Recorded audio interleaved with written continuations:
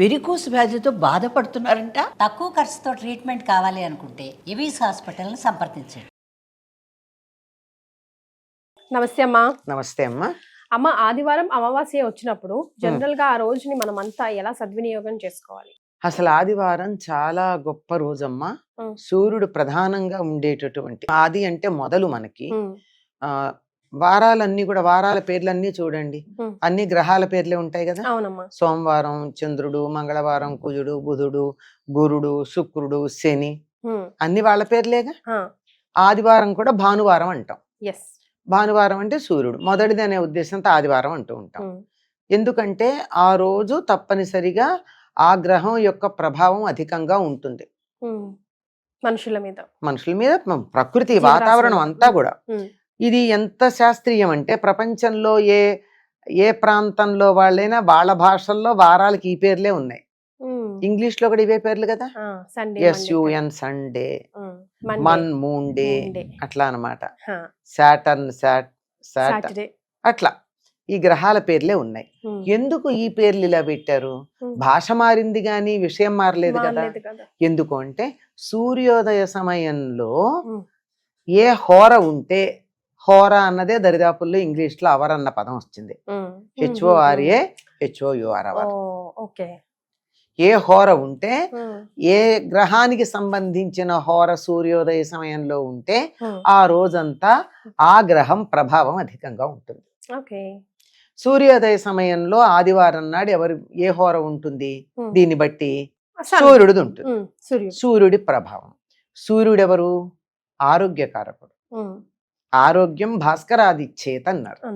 ఆరోగ్యం ఎవరి వల్ల వస్తుంది? సూర్యుడు ద్వారానే వస్తుంది. అంతే కదండి. మన దేశంలో సూర్యకాంతి బాగా ఉంటుంది గనకే ప్రపంచం అంతా గిజగిజలాడినటువంటి సమయంలో కూడా మన దేశంలో ఆ వ్యాధి యొక్క ప్రభావం అధికంగా లేదు. మనకి ఉండాల్సినంత లేదు. కారణం ఏంటంటే సూర్యకాంతి. సూర్యుడే ఎనర్జీకి కారణం. సౌర శక్తికి కూడా మూలం సౌరశక్తి మూలం అంటున్నాం కదా.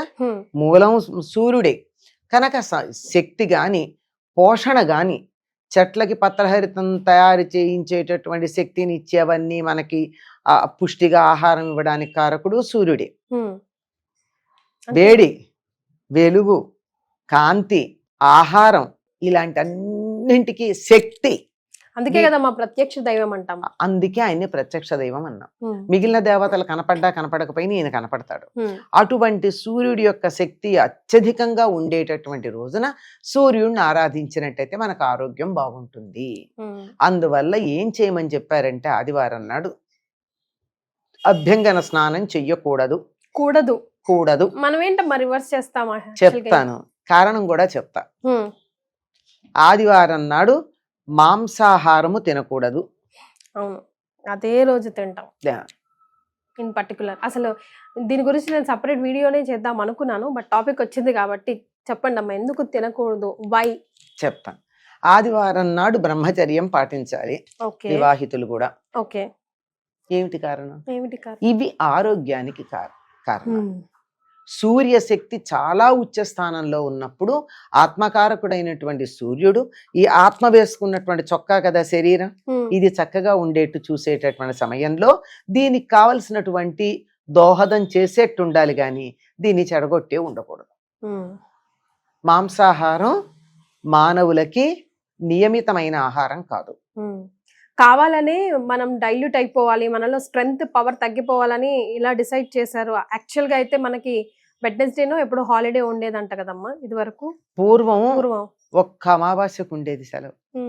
అమావాస్య పాడ్యమి ఆ రెండింటిని అనధ్యయన దినాలు అన్నారు. అనధ్యయన దినాలంటే చదువుకోకూడని రోజులు.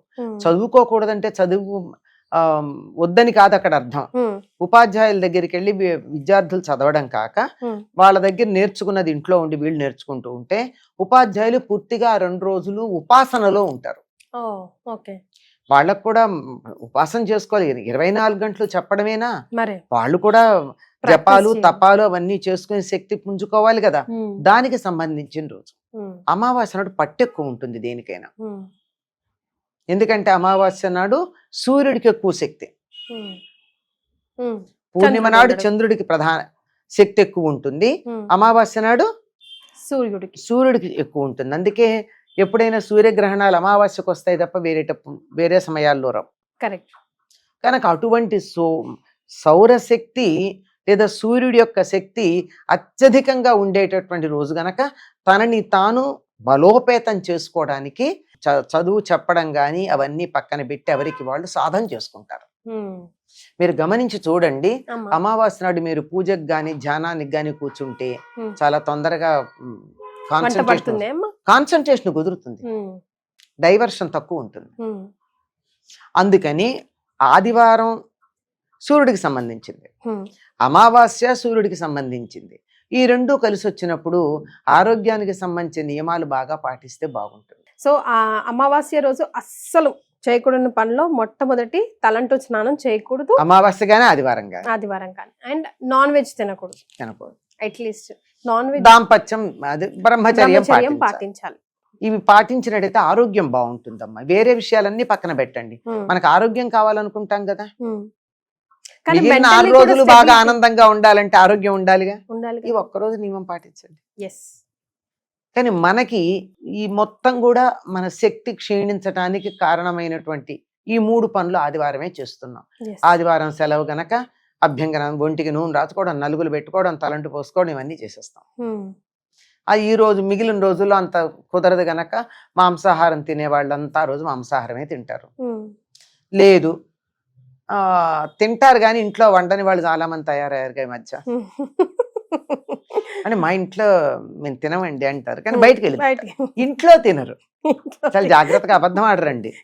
మా ఇంట్లో తినమండి, ఇంట్లో తినరంటే వాళ్ళ కుటుంబంలో ఎవరు తినరు అనుకున్నాను నేను. తర్వాత తెలిసింది ఏమిటంటే ఇంట్లో తినరు, అంతేగా. అందుకని బయటకు వెళ్ళి తినడం. మీరు గమనించండి, ఎక్కడ చూసినా హోటల్స్ అన్ని ఫుల్ ఉంటాయి ఆదివారం. అవునమ్మా. కానీ ఏ మాట కామాట నాతో చాలా మంది ఈ మధ్య చాలా చెప్పడం వల్ల ఆదివారం మెల్లిమెల్లిగా తగ్గిస్తున్నారమ్మా ఫంక్షన్స్ కూడా. ఆరోగ్యం అమ్మా, మిగిలిన 6 రోజులు సుఖపడాలంటే ఒక్కరోజు జాగ్రత్తగా ఉంటే అయిపోలే. మరే హాయిగా ఉండండి. నేను చాలా విన్నాను ఆదివారం తినకూడదంట చెప్పారు. అందుకే ఈసారి నేను చాలా విన్నాను, తగ్గిస్తున్నామని చాలా విన్నాను.